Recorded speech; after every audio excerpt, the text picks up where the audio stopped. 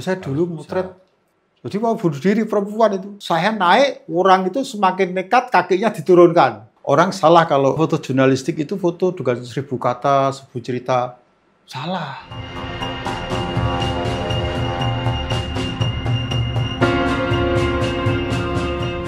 Welcome to Podcast.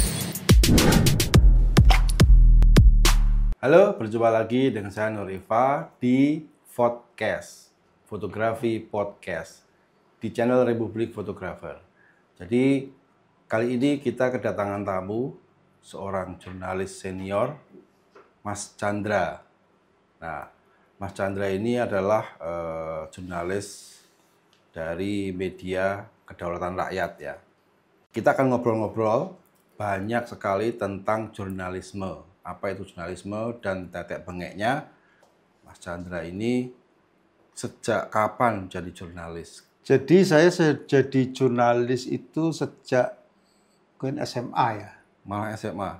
SMP itu saya sudah nulis di beberapa koran. Oh gitu ya. Memang dari hobi dulu, dari nulis. Foto memang belum foto jurnalistik.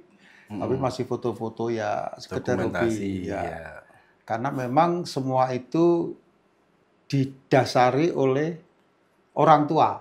Oh gitu. Kebetulan orang tua saya itu seorang jurnalis foto. Oh. Jadi ketika tahun 52-55an itu disebutkan namanya? Namanya Mustafa Helmi. Oh, dulu di media mana? Medianya itu di Varianada, di majalah-majalah ibu kota. Berarti majalah artis. turun-temurun ya? Ya, motretnya dulu nggak pakai film negatif, tapi sudah pakai film positif. Slide ya? Slide ya. Ukurannya gede-gede itu karena untuk majalah, untuk cover itu kan gede-gede itu. Antara lain ya Emilia Contessa, Desi Arisandi. Padahal slide positif film itu malah lebih susah motretnya ya? Susah, ya susah. Dan itu produksinya dulu, PO-nya, cucinya itu kalau nggak Singapura, Hong Kong. Ya, masih harus di luar. Sana. Jadi saya masih punya, masih saya simpan itu file-file tempo dulu itu, termasuk kameranya yang digunakan, terus LED meternya. LED meternya kan terpisah itu. Ya. Jadi motretnya harus pakai LED meter. Kalau enggak ya nanti kadang over, kadang Iya, under, karena gitu kan ya. harus tepat kalau slide itu. Susahnya di situ. Dari situ kecil saya dibelikan kamera sendiri, termotivasi saya latihan. Jadi motret itu dulu nggak langsung kameranya dilihat gini, ada fokusnya. Tapi kita ngelangkah dulu, mundur 1 langkah, 1 meter, 2 langkah, Dihitung 2 meter, terus juga. dihitung. Oh ini berarti 2 ini pakai ini. Terus diaframanya gimana? Diaframanya lihat di tabel film. Oh iya. Kalau asa 100, berarti jam berapa ini? Kalau mataharinya di tengah, berarti pakainya 11 atau 16. Pasti pakai hitungan Jadi itu klasik, ya. ngasih klasik seperti itu. 12 roll, 12 expose jadinya cuma 4, cuma 3. Itu masih memori itu masih ingat saya. Ya meskipun itu cara lama, tapi sekarang meskipun banyak nggak yang diterapkan, tapi kalau orang yang sudah punya ilmu itu dengan era digitalisasi ini masih tetap ada feeling instingnya bisa dipakai ilmunya. Gitu. Ya, setidaknya kalau terapan dengan digital, saya kira mungkin digital lebih detail lagi ya. Ya.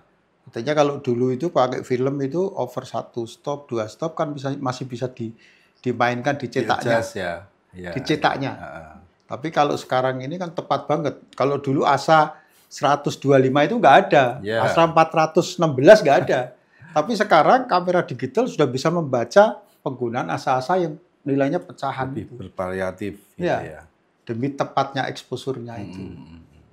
Nah, jadi kalau dulu saya belajarnya ya dari orang tua, juga dari kawan-kawan, artinya kawan-kawan orang tua, termasuk yang tidak pernah saya lupakan itu jasanya Pak Joni Dukun Kamera. Oh iya.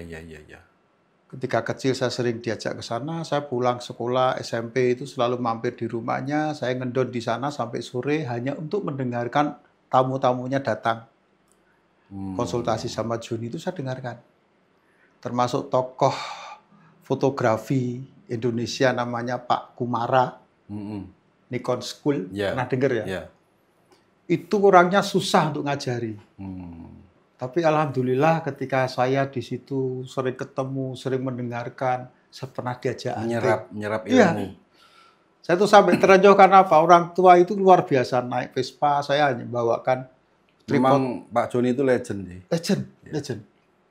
Ya bagi saya itu di tempatnya itu mampu menjadi laboratorium belajar semua golongan, semua orang fotografer. Semua genre. Dari kelas fotografer wisuda, fotografer keliling, sampai fotografer profesional. Si Mbahnya itu fotografi Iya. sekarang itu ya. si Hendra, Pak Hendra Rona itu dulu kan dia juga di situ. Ketemu semua sehingga disitulah menjadi tempat belajar. Itu Pak Joni. Biasa, legend sekali itu. Kita ngomongin kedaulatan rakyat nih. Saya punya fun fact nih. Nah, saya kan sering juga jalan-jalan gitu kan. Lewat di depan kantor kedaulatan rakyat itu masih ada mading. Dipasang koran hari ini. Hari ini. Kalau orang yang nggak mau beli itu pasti berbondong-bondong Membaca. nonton di situ. Ya. Nah, saya juga kadang sering itu ikut baca gitu, halaman per halaman kan Ya. ditata banyak gitu. Masih apa ya, terngiang-ngiang gitu loh. Sekarang kan sudah semua pakai digital, Iya, online, HP semua sudah bisa. Dulu zamannya seperti itu kan. Tapi ya. kami KR di Jogja masih mempertahankan itu. Sampai sekarang masih ada. Masih ya? ada, masih ada. Oh, Jadi di depan kantor ya? kami memang merasa bahwa itu merupakan ruang komunikasi sosial. Oh, bersosialisasi. Jadi kita ciptakan ruang itu, tidak mungkin itu kita hilangkan karena apa? Ini bagi masyarakat kelas bawah. Ya. Mereka kadang butuh ketemu, walaupun baca sedikit, tapi ketemunya di situ itu bisa menjadi hal yang lain. Membaca berita, terus ngobrol. Terus ngobrol, Nah. tiba-tiba ketemu, itu dagangan opo kan Ya. gitu. Karena di depan situ kan juga ada warung-warung. Betul. Nah, itu strategi kita. Kita tetap menciptakan, merangkul masyarakat pembaca dari semua golongan, termasuk golongan bawah itu untuk bisa bersosialisasi di situ. Betul. Ya baguslah, maksudnya masih dipertahankan. Masih. Sebenarnya agak old school, tapi kita melihat benefitnya. Iya. Yang ada di Jadi situ. kita melayani. Makanya kan KR itu migunani itu perapiglian. Ya, betul. Jadi kalau menurut Mas Chandra ini, apa sih yang disebut dengan fotojurnalisme itu yang seperti apa dan bagaimana? Fotojurnalisme ya itu tidak lepas dari jurnalistik foto. Ya. Jurnalistik foto itu merupakan dua kegiatan. Oke. Satu kegiatan jurnalistik, yang kedua adalah kegiatan fotografi. Oke. Itu dua hal yang Itu dua hal yang berbeda. Kita bicara tentang fotografi. Fotografi itu bagaimana ya mengabadikan sesuatu momen melalui alat yang namanya foto kamera. Ya. Kamera foto ya. Nah, sekarang itu kalau dulu ada kamera film, sekarang ada kamera digital, itu tentang teknologi alatnya. Nah, tentunya ini kan orang dituntut memiliki kemampuan teknis dan non-teknis dalam fotografi. Ya, skillnya ya. Di luar itu ada lagi tentang jurnalistiknya. Nah, jurnalistik itu apa? Jurnalistik itu sebetulnya kan ilmu bagaimana menyampaikan suatu berita. Ada lagi juga informasi. Ini informasi dan berita ini sebenarnya orang menganggap selalu sama tapi padahal beda. Ya. Informasi itu misalnya sekilas. Saya memajang foto misalnya Pak Prabowo. Tidak saya lengkapi dengan Prabowo mengapa, di mana, sedang apa. Itu informasi bahwa saya menunjukkan bahwa ini loh yang namanya Prabowo. Ya. Ini informasi. Tapi ketika berita, saya harus melengkapi data-data itu. Ini maksudnya Prabowo sedang apa, di mana, mengapa, bagaimana, kan begitu. Ada ceritanya. Nah, tentang merangkai satu berita ini dia dibutuhkan teknik. Maka dari itu, seorang jurnalistik foto itu harus bisa menguasai dua bidang ilmu itu. Kelihatannya gampang, gitu loh. Kelihatannya gampang. Karena orang sudah motret, tulis saja, ini apa, udah selesai. Tapi kan kadang ada yang tugasnya dia memotret, ada yang tugasnya menulis. Iya. Atau kadang memang dua-duanya dirangkap. Jadi seorang fotografer atau wartawan foto, dia juga harus sebagai jurnalis. Menulis juga. Menulis juga. Oke. Karena apa? Caption itu bagian dari menulis. Dia yang mengalami di sana, Iya. dia bisa cerita Iya. dalam bentuk tulisan. Tulisan. Karena caption itu kan penting. Iya, betul. Dan yang lebih penting dari itu sebetulnya dia membuat foto. Dia membuat caption. Ini mau untuk apa? Ya, ada tujuannya ya.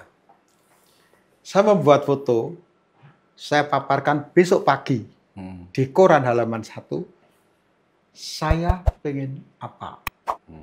Artinya begini, impact yang akan saya capai itu apa? Oke. Saya tidak mungkin misalnya redaksi itu akan memunculkan saya memotret kecelakaan, katakan kecelakaan bis ya, yang berdarah-darah begitu, walaupun itu dramatis, Iya. dipasang di halaman 1. Tentu yang terjadi besok itu orang banyak yang marah.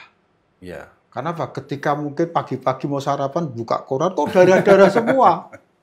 Muntah-muntah dia. Betul. Terus misalnya foto sampah. Walaupun itu dramatis. Tapi ketika dramatisasi foto itu, kalau itu disajikan dengan benar, itu bisa berpengaruh secara psikologis. Ya. Contoh misalnya gini, saya membuka koran, gambarnya sampah, yang ada di pikiran pasti bau. Ya. Kadang bisa membuat mual. Nah itu pengaruh secara psikologis, Apalagi visual. pas jam makan, Nah, misalnya. itu visual approach. Ya, betul. Di dalam jurnalistik foto itu termasuk visual approach. Jadi ketika kita melihat foto, melihat gambar, itu bisa mempengaruhi secara psikologis. Ya termasuk juga ketika kita membuka foto atau gambar anak-anak Palestina yang jadi korban. Ya. Tiba-tiba kita menangis. Tiba-tiba muncul rasa benci, menghujat. Menimbulkan emosionalnya. Nah, Oke. itu yang membedakan foto jurnalistik dengan foto-foto lain. Ya, betul. Dan itu bisa dibuat. Itu bisa sengaja dibuat oleh si fotografer. Artinya dibuat itu disetting atau maksudnya gimana?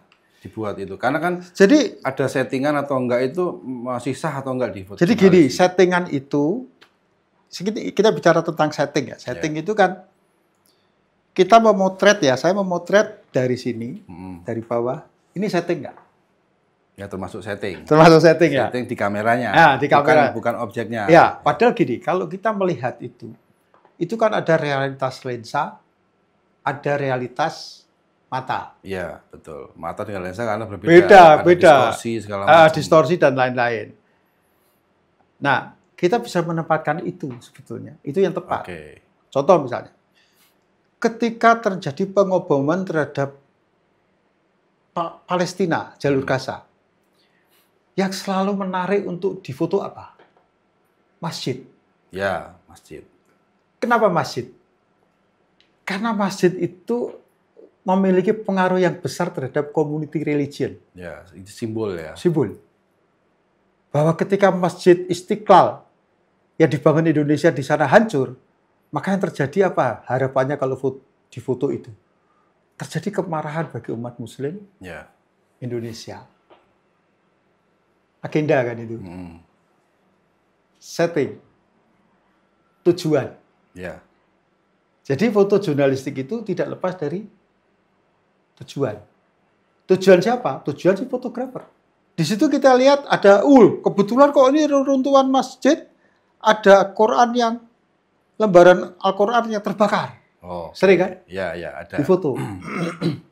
Itu kan memang ada realnya di sana. Realnya di sana. Cuman kita memang menyuplik di bagian itu Nah, aja. di bagian itu. Karena kan realitas mata itu dengan realitas lensa kan berbeda. Betul. Kalau mata kita itu bisa melihat sekian ini, semua bisa bercerita. Ya. Tapi kalau kamera, realitasnya kan sepotong-sepotong. Betul. Maka sepotong-sepotong itu, supaya persepsinya tidak melebar-lebar, itu harus ada caption, ada narasinya, Ya, kan gitu. narasi. Narasi itu makanya orang salah kalau ngomong foto jurnalistik itu foto dengan 1000 kata, 1000 cerita. Salah. Hanya ada satu pengertian mestinya.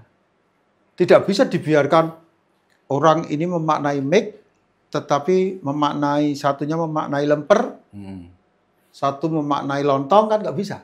Ya. Harus dijelaskan supaya jelas. Meskipun kadang ada yang berpendapat bahwa sebuah foto itu bisa bercerita. Ya. Tapi mungkin ceritanya akan kemana-mana. Persepsinya akan beda-beda Ya. antara satu orang dengan yang lain. Ya. Tapi kalau dengan dikasih caption dan narasi, itu menyatukan Ya. persepsi bahwa ini fotonya ceritanya seperti ini. Gitu ya. Jadi foto itu dengan caption itu lebih beridentitas. Makanya ketika dalam penjurian lomba jurnalistik, saya selalu melihat atau mempertimbangkan aspek itu. Foto ini masih relevan nggak saat ini? Oke. Foto itu impact-nya sekarang bagaimana? Contoh misalnya, ada satu lomba di Pemprov Jateng yang menyelenggarakan gubernur.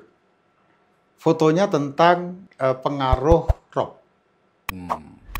Nilai tertinggi pada waktu itu, gambarnya itu gambar makam yang ada di daerah Genduk atau apa itu, yang tenggelam itu. Oh. Sudah tenggelam.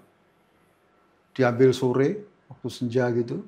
Ada orang yang berdoa itu di atas perahu, ada yang tenggelam begini berdoa. Dramatis. Hampir semua juri itu menilai itu dramatis. Ya. Terpaut 11 poin, di bawahnya itu foto yang hanya sederhana. Foto itu diambil dari jalan layang pelabuhan. Dia memotret banjir yang ada di depan gerbang pelabuhan. Sementara ada truk tronton yang jalan gitu. Tapi airnya kan tutup banjir ya. Terus ada ibu-ibu yang naik sepeda juga kesusahan gitu. Kalau saya melihat, saya memberikan pandangannya bahwa foto jurnalistik itu kan selain faktual juga harus aktual dan impact-nya. Saya justru menilai ini yang impact-nya besar. Perdebatan terjadi. Loh, ini dramatis ini. Orang melihat foto ini bisa membayangkan bahwa orang mati yang di dalamnya itu sekarang bagaimana. Terus orang yang berdoa itu dari rumahnya ke situ itu perjuangannya bagaimana. Ya. Dua itu. Yang ketiga, bagaimana seorang fotografer ini memotret sampai di situ perjuangannya seperti apa. Sehingga itu menjadi pertimbangan-pertimbangan kesulitan yang harus diapresiasi. Effortnya pasti akan lebih besar ya. Tapi sebuah karya foto jurnalistik itu kan sebetulnya tidak semata-mata membuahkan apresiasi bagi si pemotretnya kan. Ya. Tapi bagaimana karya itu bisa memberi impact. Betul. Nah, ketika saya melihat bahwa foto ini pelabuhan banjir, itu yang rugi siapa? Kalau makam ini banjir, tenggelam, itu merugikan ahli waris yang dimakamkan di situ kan. Ya. Paling itu yang dimakamkan di situ ya sekitar Genduk aja kan. Masyarakat sekitar. Ya, paling 1000, 2000 gitu. Tapi ketika kita bicara Tanjung Mas yang banjir, lalu lintas ekonomi yang dari Solo, dari yang mau nyebrang. iya, yang dari situ ya, pasokan-pasokan dari situ itu kan terhambat juga. Ya. Jadi kerugiannya kan lebih besar itu secara materi ekonomi dan lain-lain. Jadi impact-nya itu lebih besar mana kan? Ya. Nah, itu hanya bahwa jurnalisme seperti itu. Jadi kita tidak hanya terpengaruh pada satu bentuk visual, akan tetapi bagaimana bentuk visual itu memberi impact. Ya. Menarik ini. Jadi memang banyak yang perlu kita gali untuk menciptakan sebuah karya foto jurnalis itu ya. Jadi banyak faktor yang harus kita masukkan dalam foto itu supaya dia tadi itu aktual, terus apalagi lugas, terus impact-nya tadi Impact, ya. Jadi ada umpan balik, ada pengaruh Pengaruh ini yang paling penting. Oke Mas, sekarang kalau kita bicara tentang rules nih, atau aturan-aturan dalam foto jurnalis itu, mungkin tadi kan pernah sempat disinggung bahwa foto jurnalis itu harus begini, begini, begini. Nah, mungkin secara lengkapnya itu seperti apa? Artinya pasti kan punya aturan, punya rule sendiri untuk bisa disebut bahwa ini foto jurnalisme gitu. Jadi begini ya, jurnalisme itu kan penting aman dulu. Aman dalam artian bagi orang yang diberitakan. Artinya tidak merugikan orang yang diberitakan, orang yang difoto. Aman bagi kita. Oke. Tidak memunculkan tuntutan, tidak memunculkan cemoohan. Dan aman bagi masyarakat. Artinya tidak membuat gaduh. Keresahan gitu ya. Wah, keresahan. Ketika pernah saya mencoba ya, saya test case. Saya memotret seorang satpol yang cewek gitu ya. Dia menggunakan jilbab. Kebetulan celananya itu ketat. Sampai celana dalamnya itu ngepek gitu. Saya potret dari belakang. Nggak kelihatan wajahnya. Terus saya coba unggah di Facebook. Oke. Saya memang mencoba untuk itu, supaya memantik kira-kira impact apa yang ini kan itu.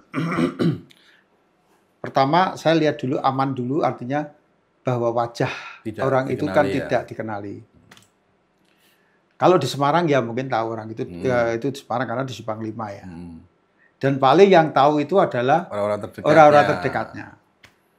Tapi saya pengen tahu impact-nya. Impact-nya luar biasa. Coba ini kalau anak kamu yang kamu foto, gini. Coba kalau ini ibu kamu, coba ini istri kamu, coba ini. Jadi impact-nya ke jenengan sebagai seorang fotografer. Ya di situ kan ada, kalau di medsos, terutama di Facebook kan selalu kan ada interaktifnya kan. Ya. Saya mencoba untuk mengamati perdebatan itu. Dok. Kamu izin nggak ketika melihat itu? Nah, dari situ kan maka berkembang kan. Harus ada sesuatu yang dijawab dan dijelaskan. Pertama bahwa foto itu kan ada pesan. Bisa foto itu menjadi kritik. Ya, menjadi kritik. Tetapi foto kritik itu ketika diunggah di media sosial, kritik yang sebetulnya akan kita buat, kritik yang sebetulnya akan kita tujukan, itu kan bisa jadi kabur karena lebih ramai dari lebih ramai karena komen-komennya itu. Ya. Jadi orang yang tadinya menerima bisa tidak menerima karena komennya itu kan gitu. Itu bahayanya di situ. Maka di situ pelajaran juga. Bahwa semua kalau kita ingin memberikan kritik, memberikan masukan itu tidak tepat melalui medsos. Iya. Itu. Satu itu ya, memang itu pengaruhnya besar. Jadi pengaruh buruknya medsos di situ. Dan orang yang terlibat dalam komen-komen itu kan wah asal aja kan. Tidak tahu konteksnya, yang penting asal. Terus ketika ada yang terlibat diskusi tentang izin, tentang kritik, ya, kritik sosial dari ini. Ya, saya sampaikan di situ. Bahwa pertama ketika kita membuat foto itu aman, itu tidak menyebut nama, tidak memperlihatkan wajah. Ya. Satu itu. Itu aman ya, intinya sudah clear.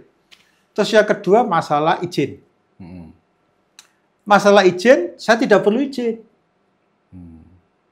Pertama itu di tempat umum. Iya, betul. Ya, saya di tempat umum. Public area itu bebas. Ya. Dan porsinya pun tidak mengarah pada sosok itu. Misalnya kalau saya memotret fokusnya ke jenengan, terlalu close up, close up ke jenengan, otomatis memang itu ditujukan ke jenengan. Tapi ketika itu ada background-nya lebih lebar, lebih ini, artinya itu secara umum gambaran bahwa itu di lingkungan masyarakat. Terus atas dasar apa saya memotret izin? Satu mungkin kan harus izin motret dulu, terus yang kedua izin untuk postingnya itu. Nah itu kan persepsi dari masyarakat. Yang saya jelaskan begini, kenapa saya tidak izin? Karena saya punya hak siar, karena saya punya Oke. hak untuk produk. Iya, iya, iya. Saya jurnalis. Iya, betul. Nah, ini yang saya sampaikan tadi, Mm-mm. bedanya jurnalis foto dengan fotografer biasa atau fotografer hobi, Iya, fotografer netizen. betul. Ya, Iya. bedanya apa? Fotografer kalau sudah sedang posting-posting di Facebook, di IG, itu dia tidak memiliki hak siar secara profesi, Iya. jurnalis. Kalau jurnalis, itu kan diikat oleh etika, oleh undang-undang. Betul. Bahwa jurnalis itu adalah ini, memiliki memiliki bidang kerja dan mengumpulkan, membuat, menyiarkan. Dan dia bertanggung jawab. Betul. Secara yudis formalnya ada. Iya. Tapi ketika netizen, saya memotret, saya masuk rumah orang, urgensinya apa? Saya hobi kok. Hobi, oke, hobi berarti hanya untuk lomba, untuk pajangan, tapi bukan untuk publish. Iya. Tapi berkaitan dengan publish, dia tidak punya hak apa-apa. Itu repotnya. Kalau Nah. misalnya meskipun dia motretnya itu di tempat umum, di tempat publik, berarti kan dia nggak perlu izin. Tapi untuk publish itu harus izin atau memang itu haknya mereka juga gitu. Sebetulnya gini, masalah publish itu kan Karena sekarang kan sudah bebas ini orang. ini unik. Jadi gini, masalah publish ya. Saya pernah hunting di Kaponan, Ya, Magelang. Magelang ya. Itu kan kalau pas hari apa tertentu itu kan rame ya, bagus Ya, ya. itu pon. Wah, pon ya. Ya, pasarannya Ada pon. jualan apa kambing apa macam-macam itu ya. Ada yang nyukur pakai itu. Lah suatu ketika teman saya ini hasil fotonya itu dibeli, dikontrak untuk kalender sebuah bank perkreditan. Oke. Begitu sudah muncul, sudah tayang, kalender itu sampailah di situ. Loh, lagi kono gambarku. Orangnya melihat. Orang melihat, ki royalti. Oh iya, iya. Akhirnya terjadi tuntutan. Dituntut itu harus bayar itu. Lah begitu halaman 1 sudah selesaikan semua, halaman 2 sekarang tinggal berapa orang lagi. Dikalikan. Tapi kalau itu memang istilahnya kan komersil ya, artinya kan itu diperjualbelikan. Apalagi mengenai wajah orang yang jelas-jelas itu terpampang, kelihatan gitu loh. Kalau dari belakang kan orang nggak tahu. Iya, nggak tahu. Tapi kalau udah itu menyangkut ke wajah orang yang dia itu benar-benar kelihatan, terus kemudian di situ dipakai untuk komersil, lah itu pasti. Tapi sekarang ini kan orang menjadikan banyak cara kan. Ya. Apa, ini kok begini, ini harusnya izin saya. Karena apa? Sebetulnya nggak izin pun nggak masalah, tapi karena ini beranggapan bahwa ini bisa dikomersilkan, maka akhirnya alasan izin ini menjadi satu hal yang kadang memang menjadi tuntutan. Karena kan memang sekarang itu ibaratnya tuh netizen atau orang umum itu hampir dibilang merasa bahwa mereka itu kayak sebagai seorang jurnalis dengan sendirinya gitu loh. Saya tidak sadar karena dia punya medianya sendiri-sendiri, punya akun media sosial. Itu anggap aja itu sebagai medianya. Dia sering motret dan sekarang sudah bebas pakai handphone itu bisa. Ya. Mana-mana dia pasti mengabadikan foto jepret. Kemudian itu kan sudah termasuk sebagai foto. Kemudian jurnalis itu kan menyampaikan informasi. Kemudian dia mengunggah di media sosialnya, meskipun di akun dia sendiri. Anggap aja itu media gitu loh. Nah, itu kan sebenarnya secara tidak langsung dia juga sebagai jurnalis meskipun tidak punya keabsahan. Betul, gitu kan. betul. Ya makanya dari itu gini, apapun lebih amannya mereka yang berperilaku seperti jurnalis. Artinya begini. Dan tahu secara etika ya secara etik, betul. Terus secara teknik ya, itu dia tahu. Dia harus belajar itu. Ya. Dia Harus ada pengetahuan itu ya, supaya harus dia ada pengetahuan tidak itu. terlalu arogan atau mungkin dia sembarangan, tidak Betul. punya ini. Satu contoh aja gini, misalnya saya mau memotret ya. Saya mau memotret jenengan. Saya mau memotret seseorang. Figur ya, artinya figur ya. Jadi kalau walaupun jenengan di tempat umum, tapi kalau saya kamera saya mengarah jenengan, itu kan berarti foto saya foto figur. Iya, profil orang. Profile. Ya. Saya harus misalnya, saya Ya. pinjam kamera, saya mau motret, itu kan tidak langsung saya ambil cepret gitu. Ya. Tapi saya pandang mata jenengan dulu, saya lihat ekspresinya seperti apa, berkenan atau tidak saya foto. Ya. Saya harus pelajari itu, saya harus lihat. Tiba-tiba kalau jenengan tidak membuang muka, tapi jenengan malah membetulkan baju atau apa, itu tandanya jenengan terbuka saya foto. Atau mungkin ada obrolan dulu. Sebenarnya tidak perlu obrolan. Sebelum itu. Nggak perlu ada obrolan. Gestur aja Ya, ya? gestur aja itu penting. Jadi cara-cara seorang fotografer begitu. Jadi kalau saya memotret, Karena misalnya kelihatan ya? Ya, saya memotret pejabat pun saya harus melihat. Saya melihat, kadang kalau ada sesuatu yang harus dibetulkan, nggak mungkin saya datangin terus Pak, saya betulkan nggak mungkin. Saya ngambil begini, saya ambil, saya mau begini, saya turunkan lagi, saya mau begini, saya turunkan lagi. Otomatis jenengan melihat, sebetulnya ada yang salah. Pasti koreksi. Iya. Nah, baru kalau nggak ketemu, saya baru misalnya FLE-nya kebalik, saya bilang begini. Itu komunikasi. Iya. Nah, begitu sudah ini langsung saya foto, cetet. Nah, terus pertanyaannya, ketika saya harus memotret, tetapi orang itu tidak berkenan bagaimana? Padahal saya harus motret. Saya harus mencari sudut mati. Sudut mati itu di mana saya berdiri, tidak mengganggu dia, saya bergerak, juga tidak mengganggu dia. Dari jauh, dari samping. Sekali motret, satu, cetet, nggak usah pakai flash, sudah, dua, nanti pindah lagi, cetet, gitu. Itu triknya ya? Itu triknya. Jadi kita tidak bisa memaksakan memotret orang yang nggak suka difoto langsung cepret itu. Itu nggak bisa. Jadi saya pernah memotret seorang pejabat ya. Seorang pejabat itu pada kondisi sakit. Sakit perutnya gede di rumah sakit.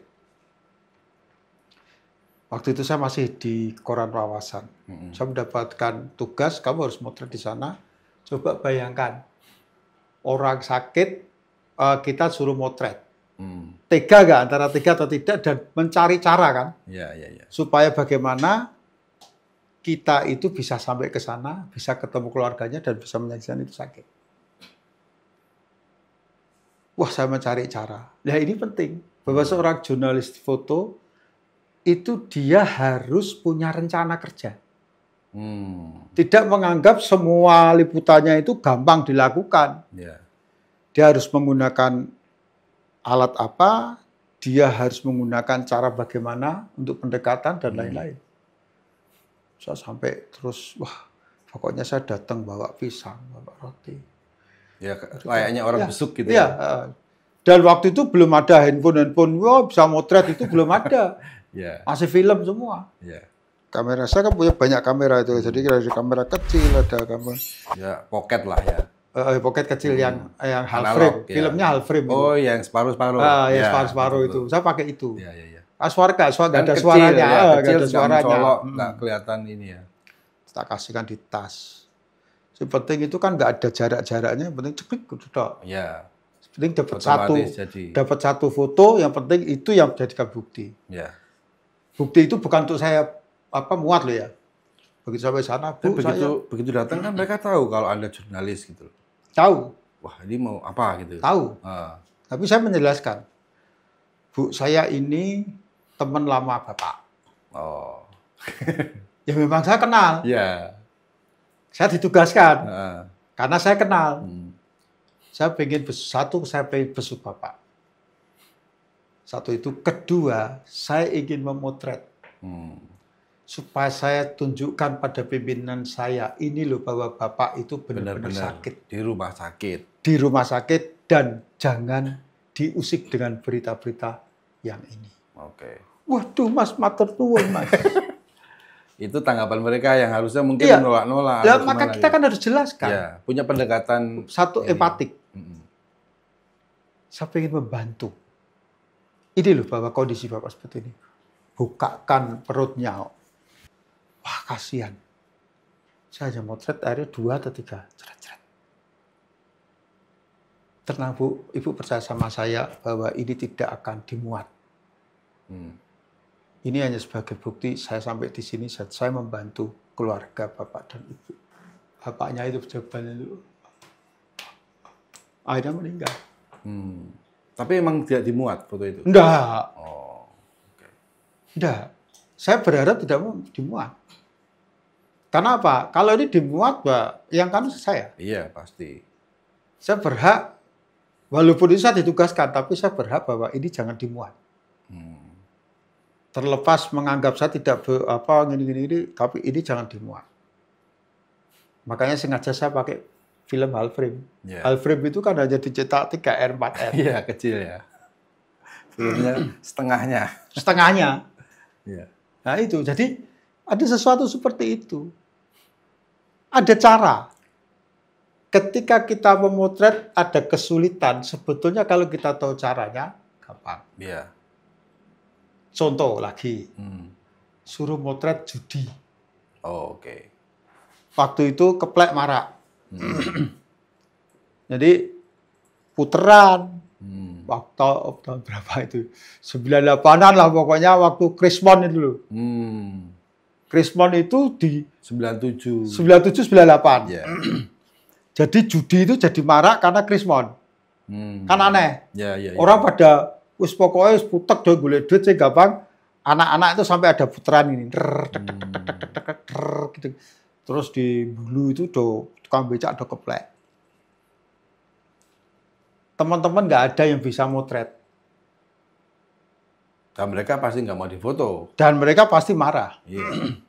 Tapi saya gunakan psikologi. Hmm.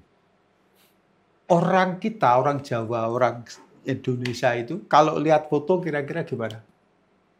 Mesti senang topik. Wah, Mas, Ya, foto-foto. ya, ya. Saya gunakan itu. Saya pakai kamera film waktu itu, FM10.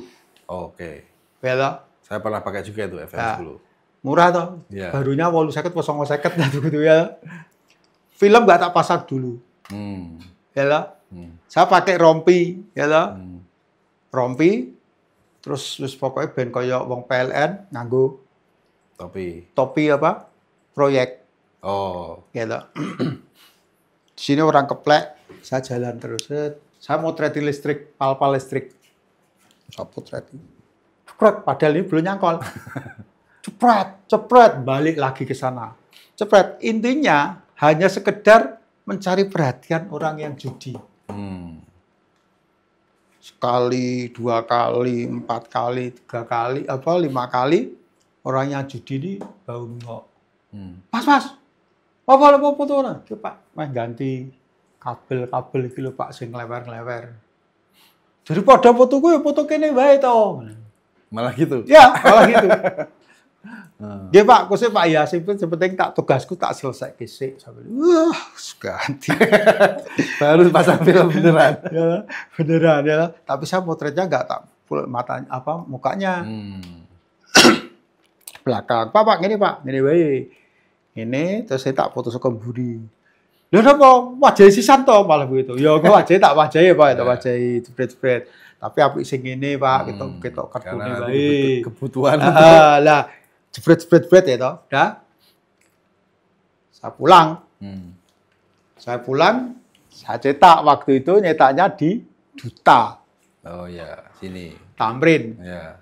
Pak cetak begitu wah sing iki sing tak nggo berita, sing iki tak bageke kono. Oh. Saya langsung ke sana sama. Nih Pak, lho kok dadi? Ya sudah dadi Pak.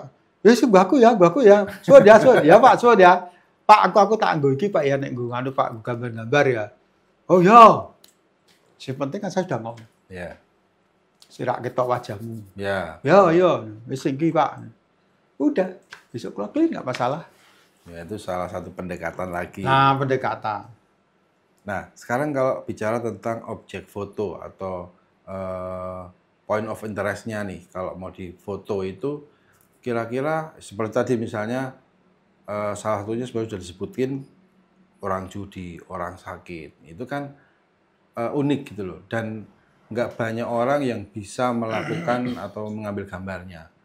Nah, terus misalnya kalau di kejadian kayak bencana, terus misalnya ada banjir atau kebakaran, itu kira-kira objek apa yang bisa mewakili sebuah cerita di dalam foto Ya. itu? Masalah bencana, saya memang wartawan bencana. Hmm.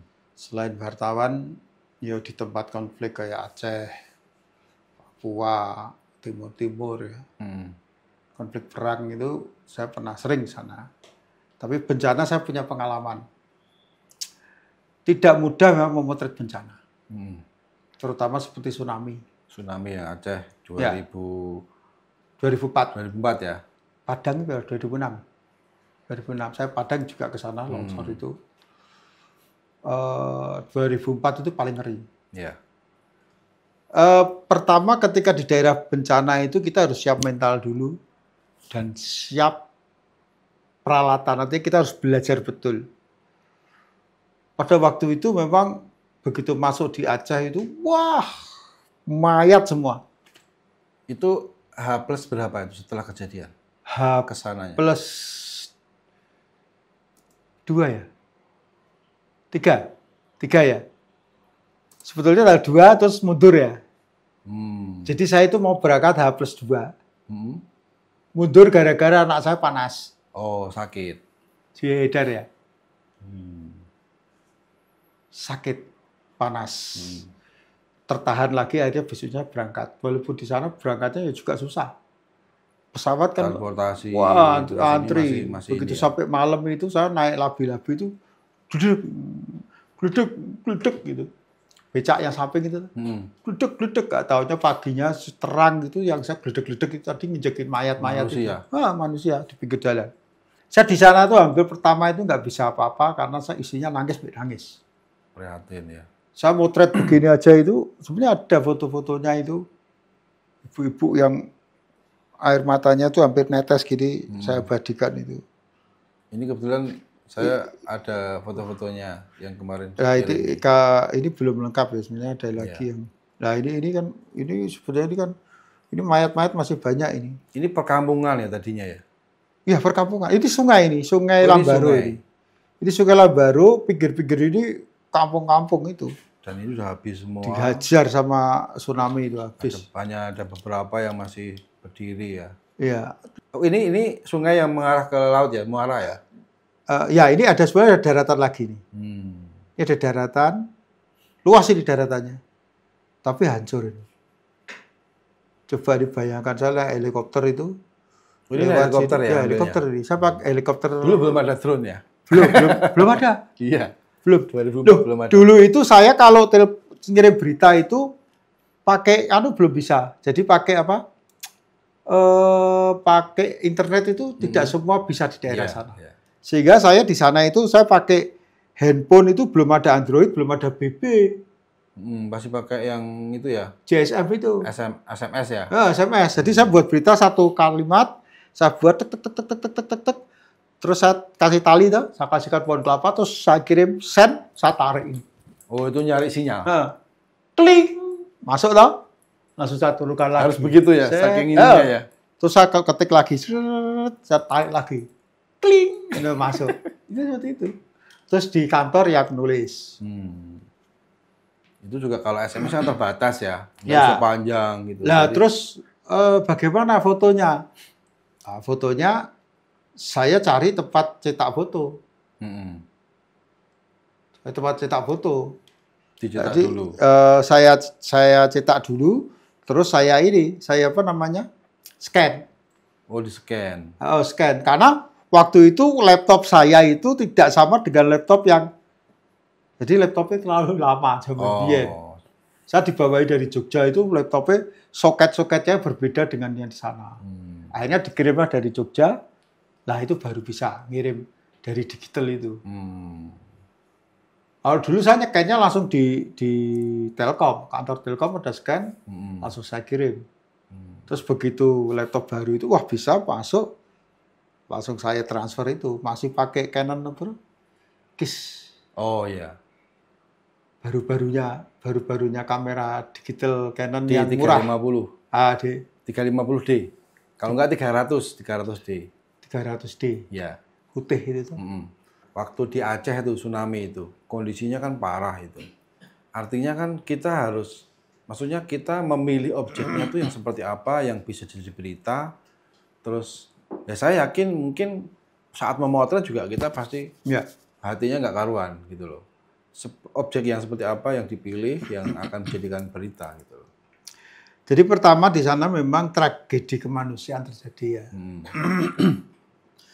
Banyak hal-hal yang sebetulnya bisa digambarkan di sana. Dari hal-hal yang sifatnya bagaimana menunjukkan keprihatinan, terus membangkitkan atau membangun kebersamaan untuk membantu. Itu yang paling penting, rasa kemanusiaan. Terus di sana pun juga kalau kita lihat sering malah ada bantuan-bantuan yang akhirnya tidak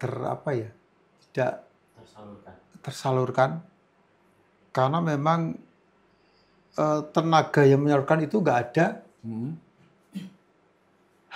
masih sibuk untuk menangani korban-korban itu.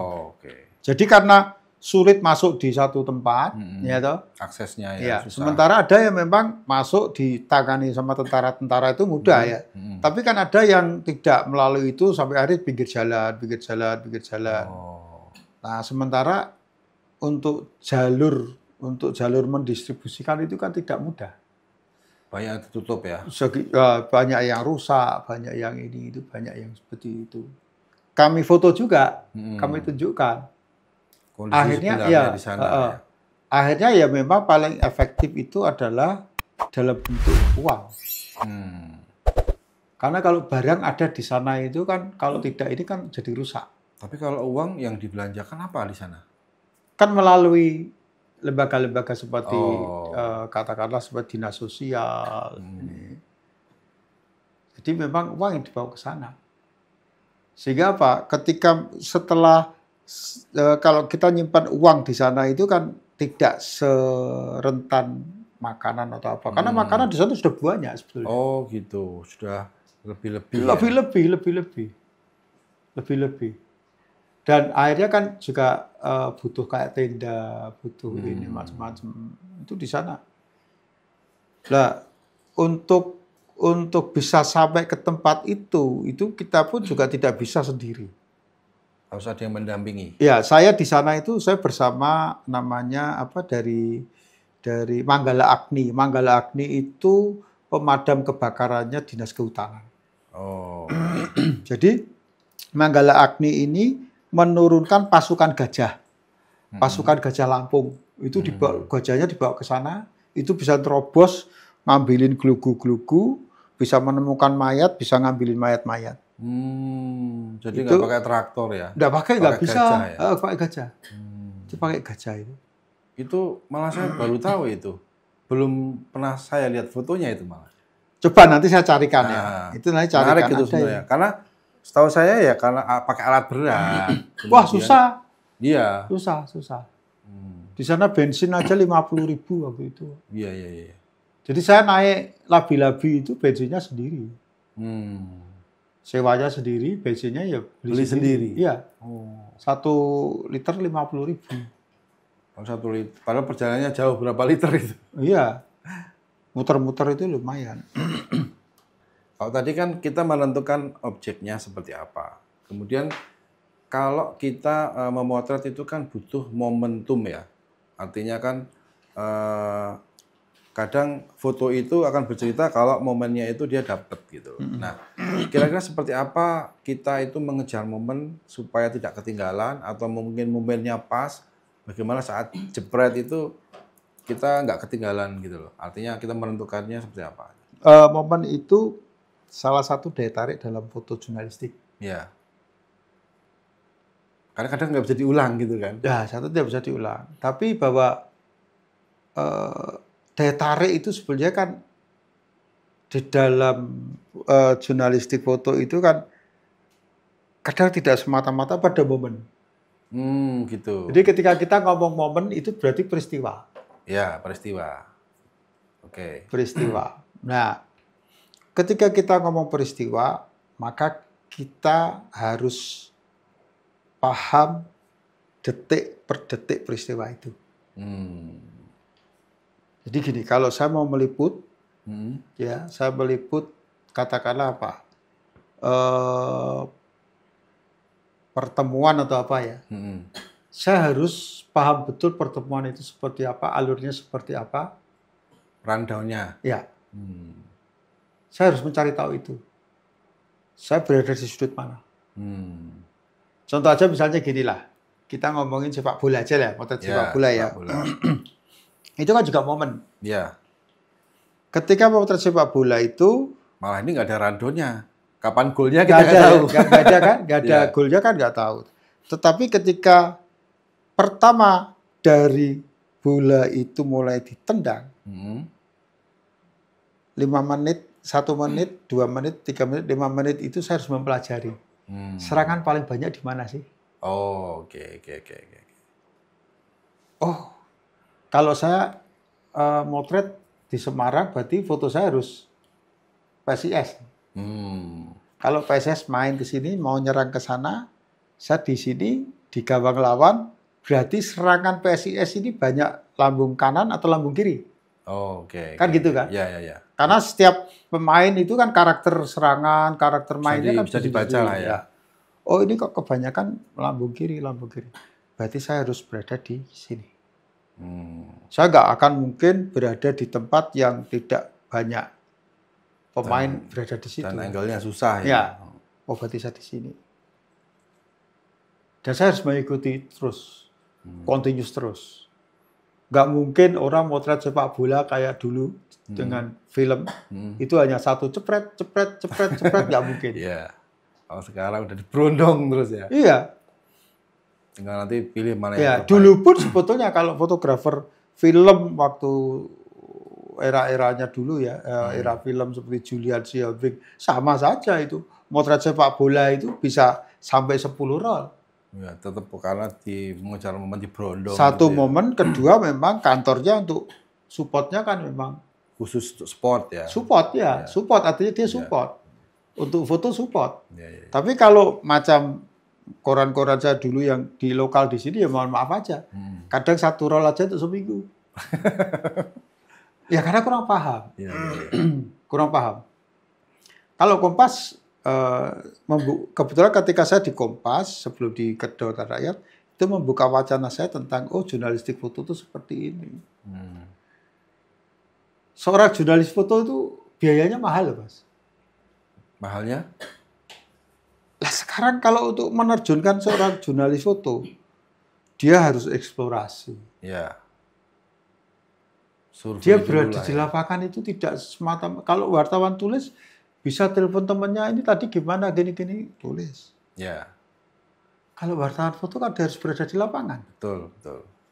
Saya ketika banjir Kebumen itu saya harus di lapangan, saya harus berbanjir-banjir. Ya. Loh, kalau Kompas itu dulu mohon maaf, didikannya memang luar biasa. Ini kamu dari mana? Ini fotonya kurang, kamu kembali lagi ke lapangan foto sekarang. Suruh balik lagi. Oh iya. Ya seperti itu. Ya. Karena emang Jadi kita belum disiplin. dapat yang sesuai yang ini Betul. butuhkan untuk berita. Saya tuh banyak belajar ya. Jadi seperti Mas Haryadi Sabtono almarhum ya. Beliau itu bos saya ketika di Semarang. Itu luar biasa.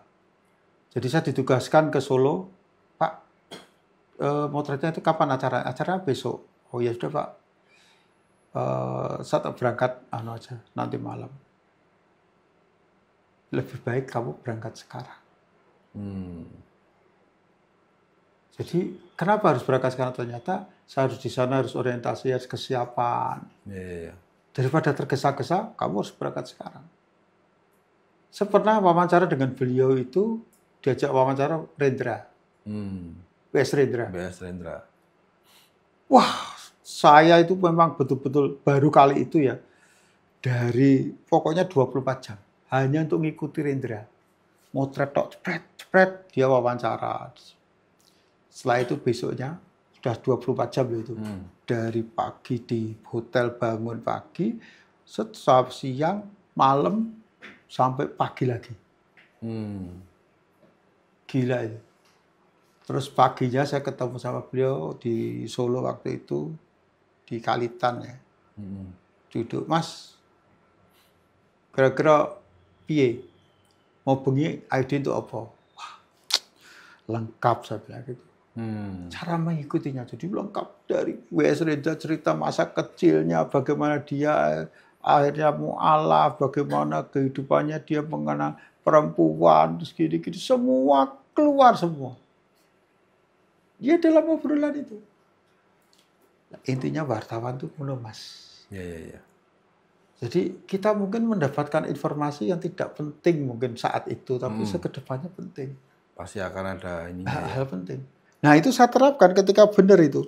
Ketika saya memotret, apapun yang saya foto dulu itu mungkin tidak merasa penting pada saat itu. Biasa aja mungkin ya. Tapi ketika saat ini, foto-foto lama saya, foto-foto yang di film itu ya, itu saya cetak, saya scan film itu, saya scan, terus sekarang saya unggah di Semarang Tempo dulu. Oh iya. Banyak foto-fotonya di sana tuh. Yang penting terselamatkan jadi file dulu lah ya. Wah luar biasa ternyata banyak orang yang komen dan mengenang. Contoh misalnya gitu, ketika saya potret di depan SD Petompon, kan ada anak-anak kecil main kelereng, tak potret jebret.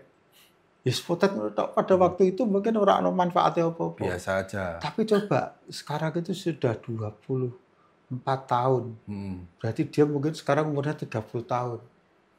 Foto itu saya unggah. Loh, lagi caka itu loh. Lagi poncok kis mati loh. Mereka pernah mengenali ya. Ada nilai historinya sendiri. Ternyata ya itu. Jadi kalau kita sebagai fotografer, apalagi wartawan foto, itu kita harus merawat karya-karya foto itu. Jangan pernah mendelete. Iya. Menghapus, menghilangi. Nah, untungnya saya hidup pernah di era film. Ya. Di era film saya itu tanya saya itu ada 3 koper lebih.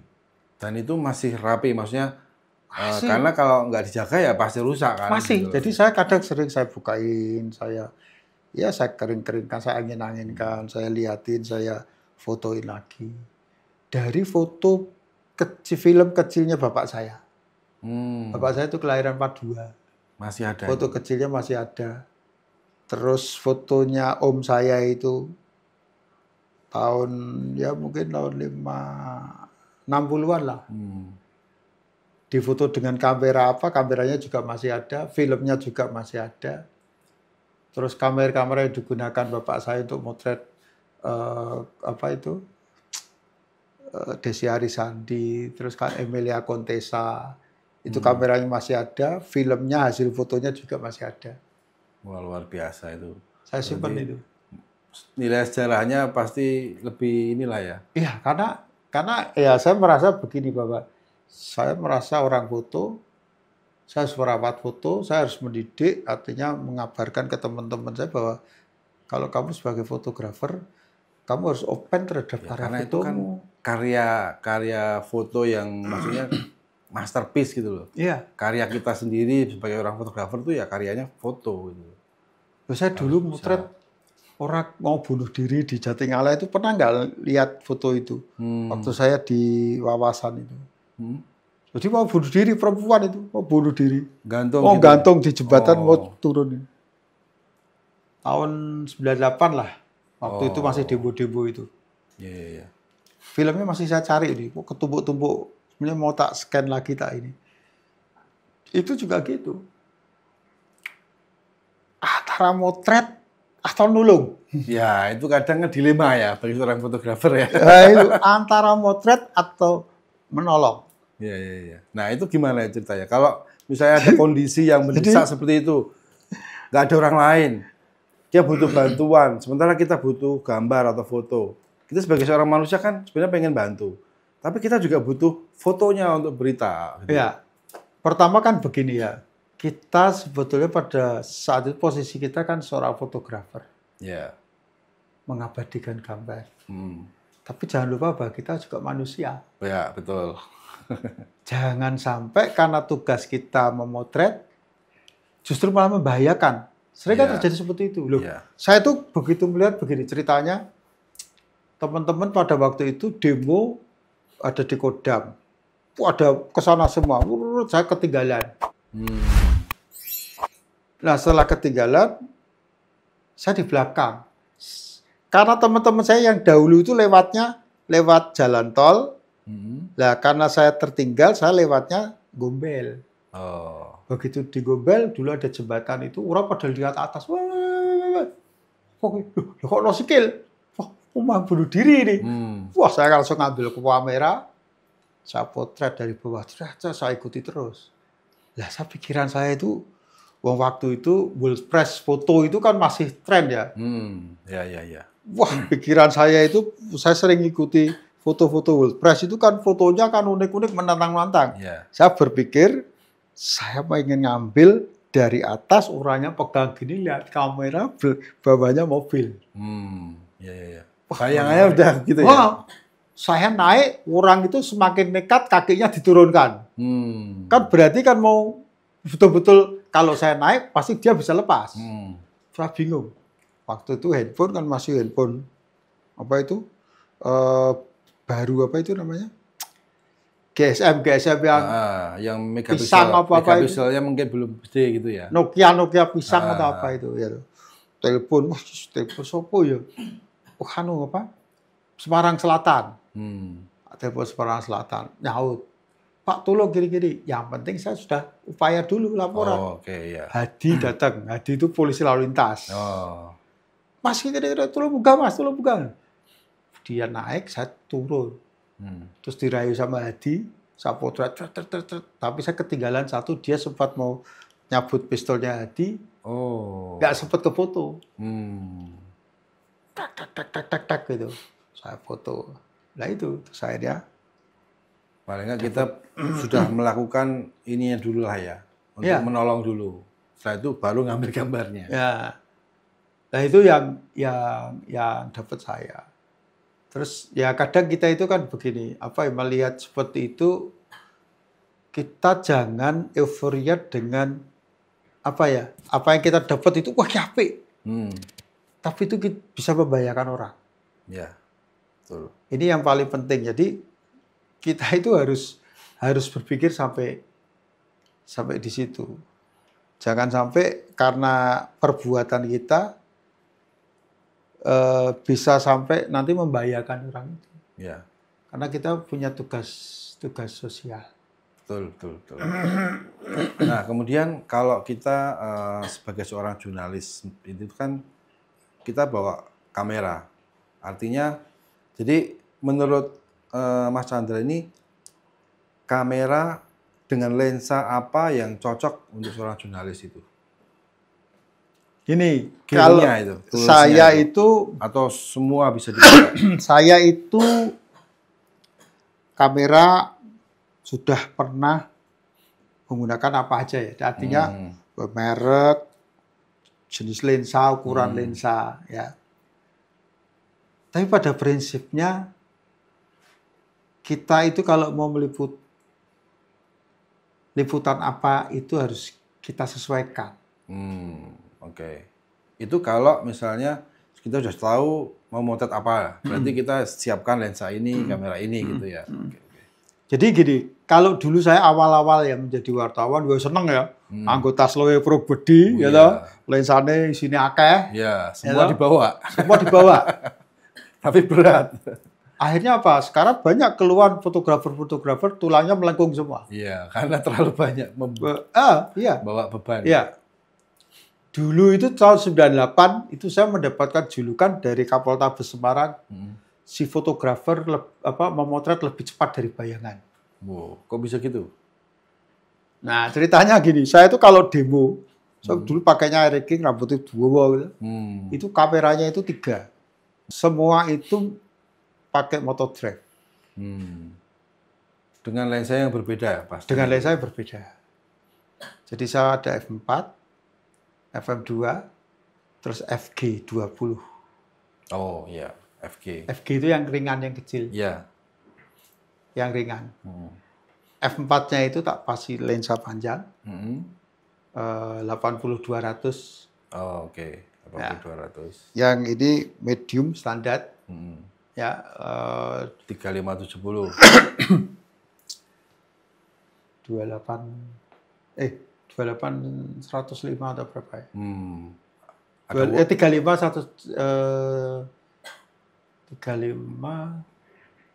105 atau 28 105 gitu. ada wide-nya lah ya. Jadi agak medium. Yang ini saya pakai lensa 20. 20 mili fix ya. Fix. Lebih wide berarti. Ya. 20 mili fix 2,28. Saya kalau memotret itu semua pada posisi continuous, speednya tinggi, high speed minimal 500 mili. 500 detik. 1/500 detik. Berarti asalnya pasti tinggi ya. Asalnya itu waktu itu 400. 400-an lah ya. 400-an. Lah, ketika naik motor cepet, itu lepas. Berarti lost tang. Lost start. Masih jalan. Masih jalan. Oh, oke. Padahal kan biasanya kan orang motret orang naik motor ya. Ini orang naik motor masih motret orang gitu. Kebalikannya. Nah, saya gini. Jadi saya begini. Saya apal gini. Kalau ring 20 mili itu paling saya begini aja saya tahu posisinya seberapa. Kalau speed kan mungkin sudah kita atur ya. Kalau 500. speed kan Kalau fokusnya kalau seper 500.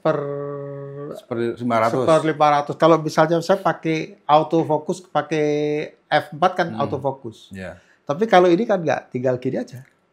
Saya pakai diafragma berapa, jaraknya berapa kan sudah tahu. Kira-kira ringnya berapa. Tinggal gini aja. Jarak tembak saya kalau misalnya begini ya, itu paling tidak 4 meter. Udah, tinggal naik, tinggal lepaskan begini aja kan. 4 meter kan kalau kamera analog itu lensanya kan tidak seperti kamera AF. Kalau AF itu kan geser sedikit aja itu sudah. Ini. Kalau analog kan rentangnya panjang. Jadi itu push pull ya? Masih push pull ya. Push pull, pakainya push pull. Iya. Bukan yang ring. Ya. Kalau jurnalis enak push pull. Karena rentan dengan gerakan ya, kalau yang muter itu ya. Terus kalau yang 20 mili itu memang saya menggunakan 20 mili karena saya pengen bahwa foto itu kan perspektif. Ya, masih ada lingkungan sekitar yang... Saat itu kan memang saya senang sama foto-fotonya Edi Hasbi. Sebelum saya di Kompas itu saya selalu mempelajari foto beliau. Apa sih menarik dari foto-foto Kompas? Foto-foto Kompas waktu itu kan luar biasa, nggak ada. Dulu jagoannya itu kalau nggak foto Kompas ya Jawa Pos. Oh iya, ya. Kuncinya apa? Kuncinya memang mereka punya modal. Memiliki lensa yang berbeda dengan kita-kita yang koran-koran kecil di daerah. Kita itu fix paling lensa paling bawah itu 28 mili. 28 mili fix, ya. Enggak, artinya kita fix menggunakannya itu loh. Kita bisa kuatnya membeli itu kan 28 mili. Padahal kalau dulu kitnya kan 35 mili. 3570 ya. 3570. Iya. Ya loh? Ya ini 3570. 3570. Lah, kalau dulu kenapa ya Kompas fotonya bisa menarik-narik? Jadi perspektif fotonya pasti perspektif. Ketika melihat foto itu seolah-olah kita itu masuk di dalamnya. Iya, ikut ini ya. Ikut, misalnya tentara baris ini, kakinya kelihatan gede ya loh. Kan fotonya begitu. Oh ini ternyata dia menggunakan pendekatan lensa-lensa yang lebar sehingga perspektifnya muncul. Meskipun itu distorsi ya. Ya distorsi. Ya, tapi distorsinya kan tidak distorsi melengkung, tapi kan dia bidang masih normal lah ya. Makanya oh ya ini saya harus pakai itu supaya fotonya luar beda dengan yang lain. Iya. Akhirnya saya pakai 20 mili. 20 mili itu ya cukup dahulu lebar ya. Iya. Terus saya main-main lagi, saya pakai Yashica. Hmm. Tapi Yashica saya penuhi lensanya bukan misalnya Yashica. Hmm. Saya pakai planar, tesar, sonar, Oh, ya, ya, ya, ya. pakai K6. Ya, Tapi ya, ya, khusus ya. untuk yang black and white. Itu memang optiknya lebih bagus sih ya. Ya. Jadi hasilnya juga mempengaruhi juga sih. Jadi memang kalau itu memang K6 kan luar biasa. Iya, betul. Pada waktu itu ya udah, pokoknya biasa saya memanfaatkan di luar itu tukang apa jual beli kamera itu kan orangnya kan nggak paham tentang itu ya. Iya. Lensa Oppo, Mail Kiki kan nggak paham. Hmm. Kalau mereka yang paham kan Nikon, Canon Iya, ini. iya, iya. Kadang ya seperti itu. Oh untuk murah, ya wes kene tak beli. Kalau saya itu saya ngumpulkan tesar, sonar, planar. Saya juga masih pakai K6. Yang ya itu ya. Salah satunya ini yang kita Oh, ini K6 ini. Lensanya kan khas. Iya. Tidak iya. terlalu warna-warni ini, tapi Iya. kan bagus. Terus- Enak empuk itu loh. Terus bokehnya itu juga soft. soft. bokehnya. Enak lah. Ada lagi lensa Jerman ya, Angenium. Hmm. Wah itu anu apa? Tapi rare ya, jarang ya. Jarang. Orang Itu yang- kan lensa sinema. Oh, sinema. Ya, ya, ya. Tapi ada itu Ya yang pasti belum sinema pakai. itu pasti hasilnya lebih bagus karena optiknya bagus. lebih Ya. ini.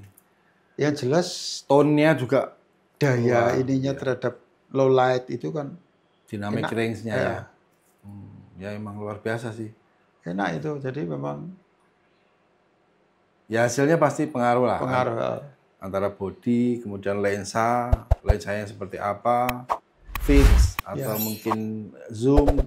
Nah, saya kan medium. kebetulan kan tidak hanya semata-mata di jurnalistiknya, saya juga hobi gitu loh. Jadi Ya, ya, ya. saya motret itu hobi, saya motret ini. Dan saya tidak hanya motret, saya nyetak pun dulu, nyetak foto saya hitam putih, Kamar gelap ya. kamar gelap. Pasti. Saya kalau motret hitam putih itu, saya model main push. Hmm. Saya motret pakai ASA 400, saya jadikan 1600, Hmm. saya jadikan 4000. Itu nggak noise ya. Noise, Mas noise ya? noise. Tapi untuk dibuat black and white itu masih. Oh iya, Masih, tapi kan oke. waktu itu karakternya kalau black and white kan bagus. Iya, tambah keren lah. Nah, ya. kalau pengen nggak noise, ya kita pakai airnya dingin. Hmm. Jadi cara membuat developernya itu kan kita buat kalau airnya suhunya dingin, maka dia akan halus. Hmm. Tapi kalau ASA 100 pun kalau suhu airnya dinaikkan, ya noise. Oh gitu ya. Sekarang Mas, kalau kita bicara tentang misalnya kalau orang itu bekerja kan pasti punya resiko ya. Resiko-resiko yang ditanggung oleh seorang jurnalis itu apa kira-kira? Ya, jadi begini. Satu pekerjaan apapun pasti kan ada risiko. Ya, Apalagi ini berkaitan dengan jurnalistik, dengan pemberitaan. ya. Ini saya cerita aja pengalaman ya.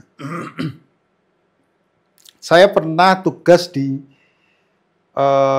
pelabuhan bongkar muat kayu, saya foto, ternyata mereka marah. Begitu mereka marah, mereka mengejar saya. Ada yang bawa apa kayak ganco ya, kayak Celurit bajak gitu laut ya? itu loh, enggak Oh, ya? yang- kan untuk ngangkat kayu. Woi. Saya waktu itu kaget tuh. Woi, kenapa? Saya kira mungkin mereka tujuan di belakang saya ya. Tapi saya dilihat belakang, loh, kok nggak ada siapa-siapa. Saya langsung, kowe. Wah, saya langsung lari. Kalau kejar kayak orang saus sepuh itu kalau Iya. motor, gitu. Wah, saya lari ke belakang. Saya minta bantuan polisi di sana. Polisi sama ada tentara. Terus ternyata polisi sama tentara itu menyarankan, kamu kalau mau bantuan ke sana. Lah, padahal kantornya itu di belakang orang yang ngejar kan gitu. Kan tidak mungkin. Iya, iya, iya. Nah, so, Pak, saya tolong dibantu Pak, gini. Akhirnya, ya sudah, apa masalahnya gini? Nggak tahu saya kok dikejar. Begitu mereka datang, ngomong, kamu dari mana? Kamu wartawan ya? Wah, bahaya ini. Kalau saya ngaku wartawan, kalau dia ngomong seperti itu, berarti dia anti wartawan kan? Saya ngomong, enggak Pak, saya mahasiswa Pak. Mahasiswa mana? Saya mahasiswa di Semarang Pak, ini kartu mahasiswa saya. Karena saya waktu itu rambutnya gondrong. Kamu mau apa? Saya tuh kesini motretin kapal itu mau saya buat gambar Pak. Saya buat lukisan, saya buat scan. Coba kamu sini, ikut saya dulu. Wah, akhirnya saya dibawa ke ruangan, dikasih kertas putih, HVS atau apa ya. Terus sama kasih pensil atau spidol ya. Coba kamu gambar di sini, bisa nggak? Saya gambar, Kak. Ya, karena ya sket itu kan, gambar apa kok gini, kapalnya rak cetok. Ya sket kan gini, Pak, gini. Terus ngomong, kamu wartawan ya? Enggak, Pak. Kamu hati-hati loh, kamu bawa kamera motret-motret, kalau kamu sampai fotonya untuk koran, kami ditutup lagi, awas loh kamu.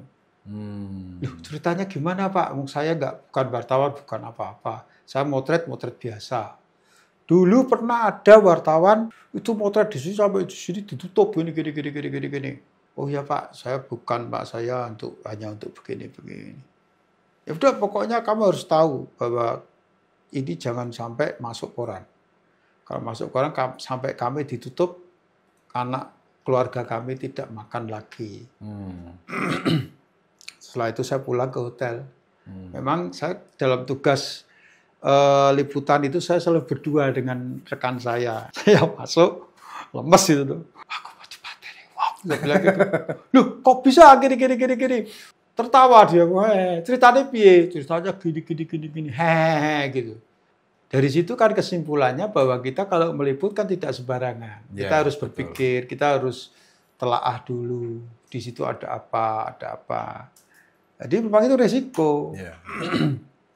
Resiko yang mestinya harus kita pikirkan, dan kita mau berbuat apa kalau misalnya resiko itu terjadi, itu harus kita sudah siap. Siap dulu ya. Ya, artinya begini, kalau mengantisipasi di tempat gitu. konflik misalnya ya, saya selalu di tempat konflik itu minimal saya harus ada PKPK. Saya harus, kalau terjadi seperti ini, saya harus plan bagaimana? A, plan B, plan C gitu ya. Apakah saya dengan menggunakan kamera seperti ini itu akan aman? Karena jujur aja sekarang ini menggunakan kamera besar, kamera profesional itu juga resistensinya tinggi. Lebih baik kita sekarang menggunakan handphone. Karena kalau handphone tuh memotret begini aja sudah bisa. Kalau kita memotret cuman halo gitu sambil potret-potret bisa. Atau kita pura-pura main game gini-gini tapi cepret bisa. Nah gitu. Jadi ya itu juga harus menjadi salah satu pertimbangan. Tapi memang ketika di tempat konflik, di tempat yang tidak aman, ya kita harus betul-betul yang kita pikirkan safety. Betul. Apa sih gunanya kita mendapatkan foto bagus kalau kita mati konyol di sana, kan foto itu nggak akan berguna. Kita hanya dapat pemberitaan paling satu kolom. Wartawan ini gugur karena begini ya. Itu pun bangga harus satu hari ya. Setelah itu mau apa kita? Ya pentingnya gini, kalau sekarang ini kan kadang potensi ancaman itu kan datang lebih ngeri ya. Artinya kan orang tersulut emosi itu kan gampang karena terprovokasi. Lalu bagaimana kita supaya aman? Kadang kita juga butuh alat-alat khusus, alat-alat tertentu yang itu bisa sebenarnya membantu ketika kita terjadi sesuatu hal. Sekarang ini kan banyak. Artinya CCTV itu kan tidak melulu pada CCTV ruangan. Tapi CCTV yang melekat pada diri kita kan juga ada. Oh iya, kamera-kamera tersembunyi ya. Kamera tersembunyi seperti pulpen atau kamera misalnya kamera kancing seperti ini. Ini pun kalau saya gunakan, misalnya saya pakai begini, saya tempelkan begini. Orang nggak tahu kalau itu kamera, padahal itu taunya kancing ya. Iya, taunya kancing. Jadi masuk di sini, taunya kancing. Begitu saya on kan video jalan, ketika ancaman datang ke saya seperti apa kan jadi terrecord di sini. Betul. Sebagai bukti ya. Sebagai bukti. Ini wartawan penting. Iya. Termasuk ini juga alat bukti ketika wawancara kita mendapatkan tekanan seperti apa. Ini penting. Jadi wartawan itu kadang begini ya. Kita mendapatkan gambar, kita mendapatkan foto itu tidak melulu harus itu dimuat. Karena foto-foto atau gambar yang kita record itu hanya bisa menjadi alat bukti. Oke. Contoh misalnya gini. Jadi tidak harus dipublish ya. Ya, contoh misalnya begini. Bahwa karya wartawan itu tidak semata-mata karya yang faktual. Contoh misalnya gini. Saya mendapatkan tugas untuk mengungkap katakanlah salon esek-esek atau panti pijat apa namanya plus ya gitu dah. Gimana caranya kalau kita pengen motret? Pasti mereka nggak mau ke expose kan ya? Mereka nggak mau ke expose. Terus apakah kita paksakan untuk kita memotret? Tidak mungkin. Ya. Mau tidak mau kita harus menggunakan model. Pernah nggak lihat dulu koran-koran atau tabloid-tabloid dulu mesti fotonya ilustrasi diperagakan model. Oh iya. Iya. Bukan... Karena apa? Karena itu untuk menghindari apa namanya tuntutan. Iya. Tapi investigasi itu misalnya di salon A, salon B, panti pijat A, panti pijat B, faktual ya. Iya. Cuman gambarnya. Lah, untuk menunjukkan bahwa itu faktual, itu kan perlu bukti. Betul nggak? Iya. Misalnya saya mau meliput apa ya salon A atau panti pijat A. Saya melakukan investigasi itu. Investigasi itu ada investigasi terbuka, ada investigasi tertutup, ada investigasi perantara. Terbuka itu saya mengenal, saya ngomong terang-terangan. Tertutup itu dengan tidak tahu. Terselubung lah ya. Contoh saya ke situ menyuruh orang atau saya sendiri dengan seolah-olah saya tamu. Tapi itu harus terekam dengan suara, dengan alat-alat bukti, kan gitu. Nah ini tugas kita untuk mendapatkan alat bukti itu. Sehingga ketika di tulisan, walaupun itu namanya tidak nama sebenarnya, tapi kita ada bukti bahwa oh kamu melakukannya begini itu. Dan kita punya bukti bahwa kita benar-benar menginvestigasi secara langsung. Iya, makanya tidak mengada-ada. Ya, termasuk kalau kita membuat foto pun, foto itu tidak bisa manipulasi. Enggak, maksudnya tidak bisa diunggah, tidak bisa dinaikkan, tapi foto itu sebagai alat bukti bahwa gini terjadi toh. Ini toh. Tapi tidak dipublish. Tidak dipublish. Jadi foto seorang jurnalis foto itu tidak melulu selalu harus dipublish. Ya. Nah, maka dari itu kan saya juga sering ya misalnya dimintain tolong untuk coba Mas, aku dibantu untuk mendapatkan hasil investigasi ini karena saya ada temuan begini. Versi anak buah saya begini. Coba kalau versi jenengan selaku jurnalis yang bisa lebih tidak terikat dengan kepentingan-kepentingan itu, jenengan bagaimana melihat itu? Jadi udah kayak intelijen ya berarti ya? Sebenarnya kan sama. Iya. Sebenarnya sama. Dalam hal intelijen kan mencari fakta. Iya. Bukti. Kita pun juga fakta juga bukti. Gitu cuman intelijen itu kan tidak dipublish, kalau kita kan dipublish.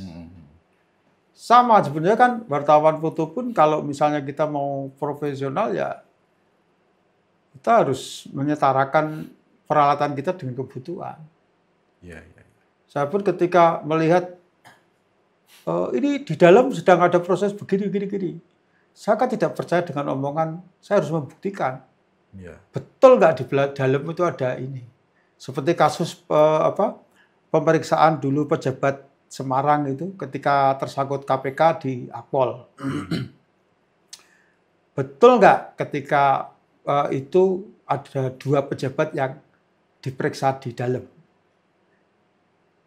Ketika orang ngomong ada 2 pejabat di dalam, tapi ternyata 2 pejabat itu tidak di dalam. Kalau saya nulisnya sesuai dengan itu, ternyata tidak di dalam. Kalau ada tuntutan kan repot. Berarti kan nggak faktanya. Makanya saya harus memastikan di dalam benar nggak. Ya. Nah, dengan cara apa? Ya dengan cara kita, pinter-pinternya kita.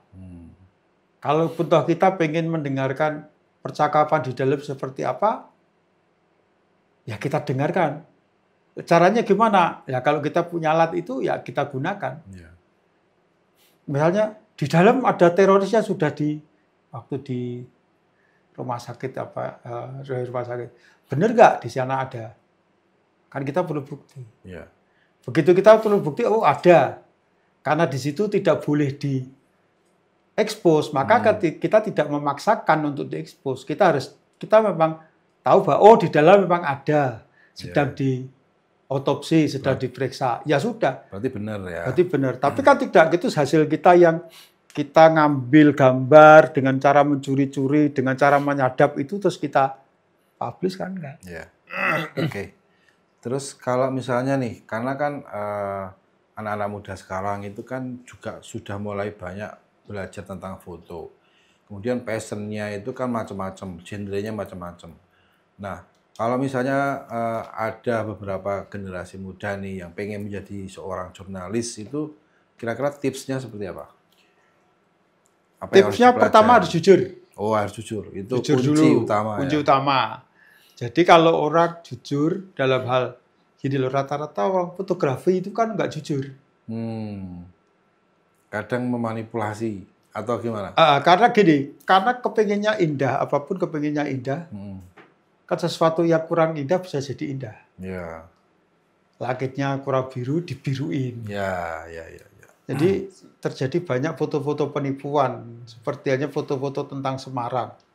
Wah, kota lama indah begini, begitu sampai di situ, wah ternyata tidak sesuai dengan masih seperti ini, wah ternyata begini seperti ini. Kan jadi ada apa namanya aturan bahwa editing di dalam foto jurnalistik itu ada aturannya sendiri. Ada aturan, jadi editing harus batas cropping ya, cropping boleh, tapi untuk menambah itu nggak boleh. Menambah atau mengurangi sesuatu. Menambah, mengurangi, menghapus itu nggak boleh. Ya. Walaupun sempat kemarin ada yang rame ya masalah apa orang nyanyi terus backgroundnya di ini mic-nya hilang. Mic-nya hilang gitu ya. Iya.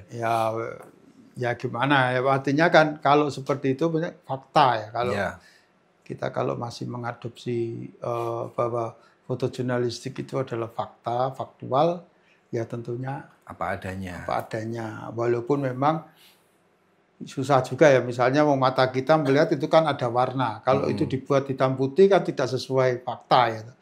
Tapi kan itu realitas foto, bukan realitas mata. Jadi ya yang penting kita paham dulu. Jujur ya. Jujur. Berarti, yang penting kita jujur dulu. Jadi jangan pengen foto kita menarik terus kita tambah-tambahkan. Menghalalkan segala cara. Ya. Contoh misalnya, wah foto Bu Mega ini begini bagus, tapi apabila dibalik ini malah lebih bagus. Tapi dia lupa bahwa ada tai lalat yang ada betul. di tempat yang spesifik. Ketika foto itu dibalik, reverse gitu. jadinya terbalik. Ya, Nah, hal-hal seperti itulah yang kita... Kalau soal skill, kemudian alat, itu kan bisa dipelajari. Bisa. Ya. Bisa. Jadi berani dulu, yang penting berani, tapi tidak terlalu berani. Artinya harus ada perhitungannya gitu ya. Saya dimotret di tempat konflik itu seperti Aceh ya. Ya, sesuatu yang kadang sekarang ini kalau saya melihat, wah saya dulu terlalu berani. Ngeri ya. Saya terlalu berani ya, betul. Saya tidak pernah cerita, hampir tidak pernah cerita apa yang kengerian-kengerian apa yang saya alami itu pada keluarga. Kenapa? Saya takut kalau itu nanti akan menghambat. Tapi sekarang ini ya saya cerita aja, saya tidak mungkin lagi ke sana kan gitu. Karena satu faktor usia. Yeah. Terus kedua juga faktor-faktor lain. Yeah. Artinya keberanian itu kan harus ada batasnya. Betul. Tidak mungkin konyol. Suara tembakan dado-dado saya nggak takut toh. Dado-dado itu peluru di atas gitu, saya masih telepon rumah kok. Saya bilang sama orang tua saya ini apa dado-dado? Di sini lebaran. Lebaran apa? Mau lebaran wis bar. Padahal itu peluru ya. Peluru dadar-dadar itu. Tapi saya senang Bapak Ibu, saya di tempat yang seperti ini. Tempat yang saya idamkan. Loh, saya dulu berangkat di Aceh itu kayak wah wis ana kono wong pinter, saudara saya itu orang pinter, gawani apa. Karena menganggapnya di sana bahaya. Tapi ya bagi saya enjoy aja gitu loh. Oke, Mas Chandra, kita sudah banyak ngobrol soal jurnalisme, kita sudah ngomongin tentang aturan-aturannya, kemudian tips, kemudian ada beberapa aturan-aturan yang tidak boleh dilanggar. Nah, itu buat teman-teman yang pengen jadi seorang jurnalis, itu harus dipelajari, harus ditekuni. Kemudian tadi banyak beberapa contoh yang diceritakan oleh Mas Chandra bisa sebagai inspirasi dan pembelajaran supaya nanti ke depannya tidak melakukan hal-hal yang seperti itu lagi, atau sebagai pemicu kita untuk tambah belajar bagaimana mengenal dunia jurnalisme itu. Oke, terima kasih Mas Chandra atas waktunya. Mungkin kapan-kapan kita akan sambung lagi dan kita akan kembali di channel Republik Fotografer di podcast, Fotografi Podcast dengan tema-tema menarik selanjutnya. Oke, terima kasih dan salam RF.